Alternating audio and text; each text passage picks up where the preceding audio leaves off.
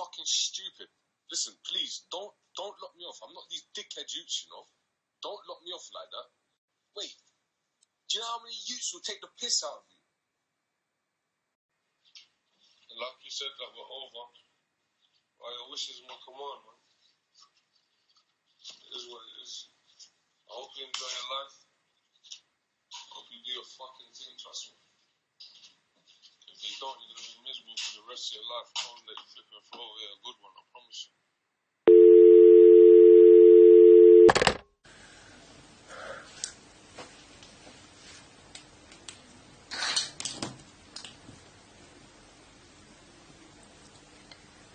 Before I start, I want to make it clear that I'm not trying to benefit from this in any way or form, so I've opted to turn off the monetizing of this video, so I won't be earning any money by showing this.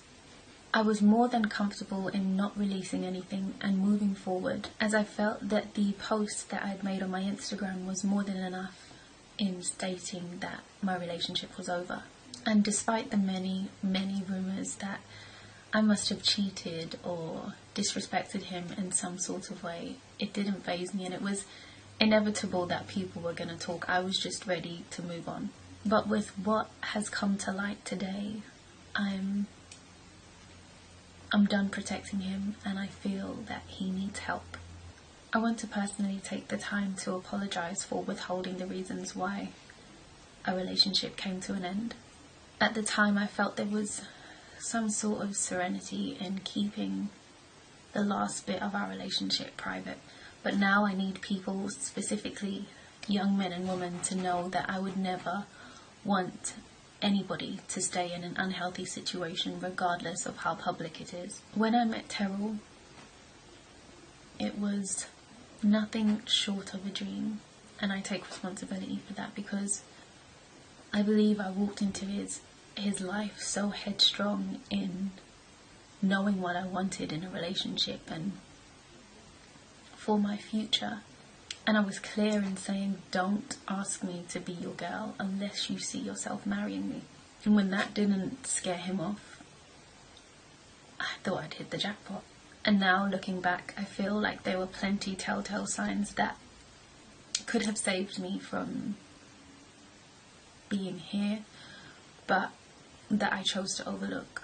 I saw this community-loving gentleman, and I fell head over heels in love with him. The only problem with that picture was it was just that, a facade that I believe he was trying to keep up in being a reformed gang member turned YouTube sensation, and when he couldn't keep that up anymore, everything changed. I'm not the type of person to give up on you if I love you, and I don't make decisions based off of my emotions. So for 10 months before our relationship ended, I was very sensitive to his needs and catering to him as best I could in making sure that he was okay, because I was made to believe that he wasn't mentally okay. At the beginning of the year, I had made it clear that he would have to come and visit me more often, as my mum had had major surgery and I would be caring for her. He didn't come. When my grandmother died, I got more support from you guys, and by then it had gotten to the point of me being so tired that I just simply didn't expect anything of him. I didn't expect him to call to check if I was okay. I didn't expect him to come and see me before I left to go to South Africa. I didn't expect to see him when I got back from South Africa. All of which he didn't do anyway.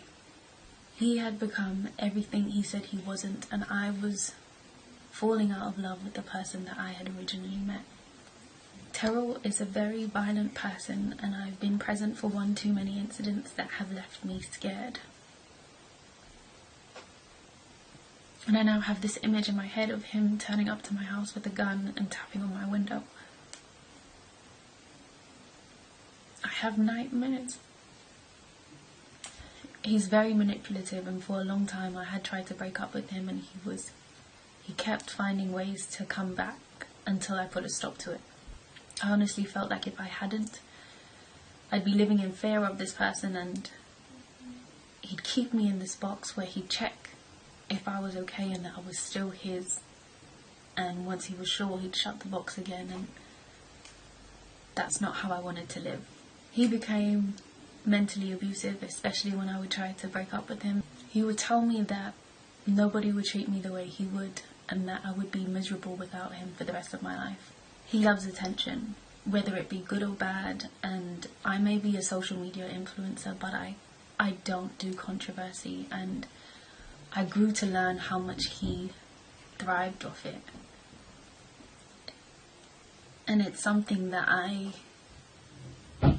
overlooked. Why I chose to make this video today is simply because the womanly instincts that I had but chose to ignore were actually right. I got a very rude awakening this afternoon in the form of a DM. This wasn't the first time that I'd received something of this nature, as it had happened a lot leading up to the end of our relationship.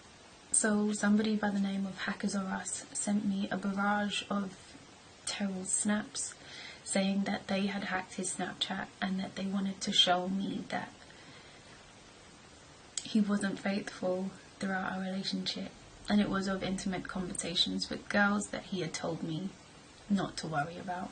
I may not be perfect, but I was the best girlfriend to that man. I loved him unconditionally, flaws and all. But when things started to surface and I noticed how much I had compromised, despite being such a strong, independent woman, I had to check myself and be like, Nakita, you don't deserve this. I knew I had to get back to living for me and loving me, because that's how I came into the relationship.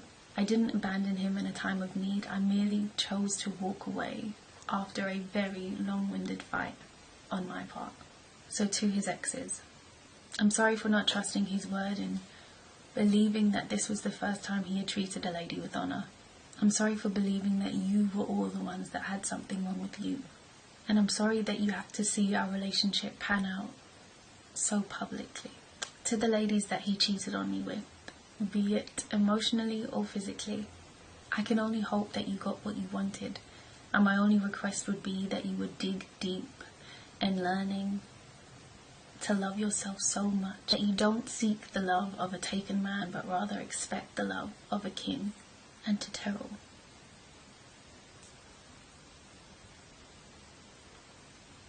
I'm sorry for not listening to you when you said humans would be humans and that everybody messes up.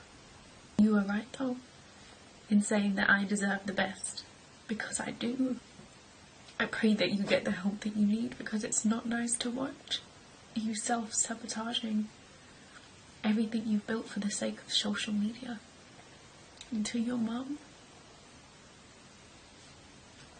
you became like my second mum, and you welcomed me into your home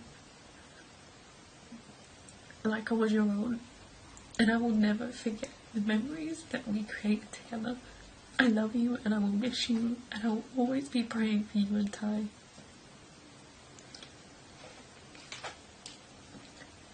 To my family, I'm sorry I let him into our love, and for asking you to open up your hearts and your homes to him. There was no knowing then what I know now. And to you guys, I'm sorry that I've had to make this video. Like I said, I would never want anybody to stay in an unhealthy situation, regardless of who it's with, who's watching, or how public it is. And I can't reiterate that it's okay to walk away, because you will be fine. I'm fine.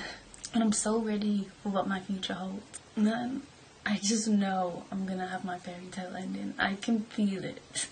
And to everybody else, if you truly do care about Terrell, you will help him get the help he needs, because I believe he has borderline personality disorder, and that can only be diagnosed professionally. So with that being said, I hope this puts an end to all the rumours, and that we can all move on, and please stop mentioning him on all my socials. It's just not nice. That's my truth. Thank you for watching.